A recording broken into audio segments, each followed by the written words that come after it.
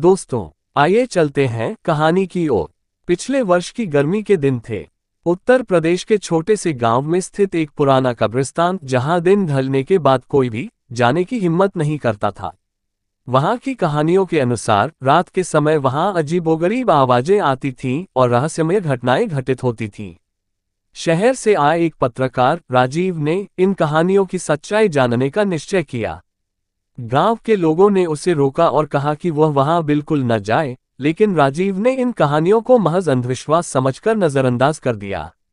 राजीव ने अपने कैमरे और टॉर्च के साथ कब्रिस्तान का दौरा करने का फैसला किया। रात के 11 बजे वह कब्रिस्तान के गेट पर पहुंचा। उसे वहां की हवा में एक अजीब सी ठंडक महसूस हुई। दरवाजे के बाहर खड़ा एक बूढ़ा आदमी उसे घूर रहा था। राजीव ने उससे पूछा, क्या आप यहाँ के चौकीदार हैं? बूढ़ा आदमी धीमी आवाज में बोला, नहीं, मैं यहाँ का नहीं हूँ, लेकिन मेरी सलाह है कि तुम यहाँ से चले जाओ। यहाँ कुछ ठीक नहीं है। राजीव ने उसकी बातों को अनसुना कर दिया और कब्रिस्तान के अंदर प्रवेश कर गया। जैसे ही राजीव ने कब्रिस्तान के अंदर कदम रखा, उसने देखा कि कुछ मजदूर वहां खुदाई कर रहे थे। वह उनके पास गया और उनसे बातचीत शुरू की। राजीव ने पूछा, आप लोग यहाँ इतनी रात को क्या कर रहे हैं? मजदूरों में से एक ने जवाब दिया, हम यहाँ कुछ पुरानी कब्रों की मरम्मत कर रहे हैं। राजीव ने नोटिस किया कि मजदूरों के चेहरे बहुत गंभीर और भावहीन थे। उसने अपनी टॉर्च की रोशनी से उन्हें ध्यान से देखा, लेकिन कुछ भी अजीब नहीं लगा। जैसे ही राजीव आगे बढ़ा, उसे एक अजीब सी आवाज सुनाई दी। यह आवाज जैसे किसी के रोने की थी। राजीव ने उस दिशा में चलना शुरू किया जहां से आवाज आ रही थी। उसने देखा कि एक पुरानी कब्र के पास एक महिला बैठी थी जो रो रही थी। राजीव ने पूछा, क्या हुआ? आप कौन हैं? महिला ने सिर उठाया और कहा, मेरी आत्मा को शांति नहीं मिली है। यहाँ कुछ ऐसा है जो मुझे चैन नहीं लेने देता। राजीव समझ नहीं पा रहा था कि वह क्या करे। उसने सोचा कि यह सब शायद उसकी कल्पना हो, लेकिन महिला की आंखों में सच्चाई थी। राजीव ने सोचा कि वह मजदूरों से इसके बारे में पूछे। जब वह वापस मजदूरों के पास पहुंचा तो देखा कि वे अचानक गायब हो चुके थे। उसकी टॉर्च की रोशनी में केवल खुदाई के औजार और थोड़ी सी मिट्टी दिख रही थी। राजीव का मन अब सच में घबराने लगा था।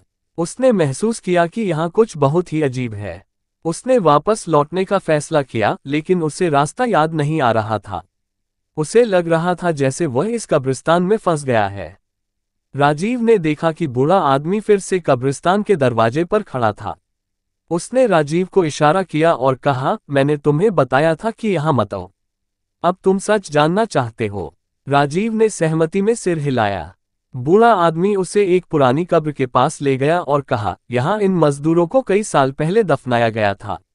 वे एक दुर्घटना में मारे गए थे और उनकी आत्माएं अब भी यहाँ भटक रही हैं। राजीव की रूह कांप उठी। उसने तुरंत वहां से बाहर निकलने का सोचा।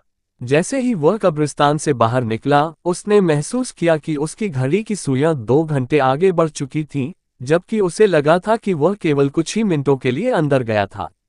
अगली सुबह राजीव ने गांव के लोगों से उस बूढ़े आदमी के बारे में पूछा। सबने बताया कि वह आदमी कोई और नहीं, बल्कि वही पुराना चौकीदार था जिसकी मौत कई साल पहले हो चुकी थी। राजीव को अब सब समझ में आ चुका था। उसने गांव वालों को बताया कि कब्रिस्तान में सच में कुछ अजीब है और अब वह वहां कभी वापस नहीं जाएगा। वह घटना राजीव के जीवन में एक नया मोड़ लेकर आई। उसने महसूस किया कि कुछ रहस्य ऐसे होते हैं जिन्हें जानने का प्रयास करना हमारे लिए नुकसानदायक हो सकता है। उसने अपना घर बदल दिया और उस गांव से दूर दूसरी जगह रहने लगा, लेकिन वह रात उसके जीवन की सबसे डरावनी रातों में से एक थी।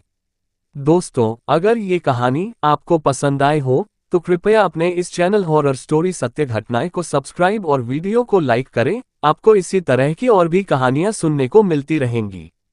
धन्यवाद।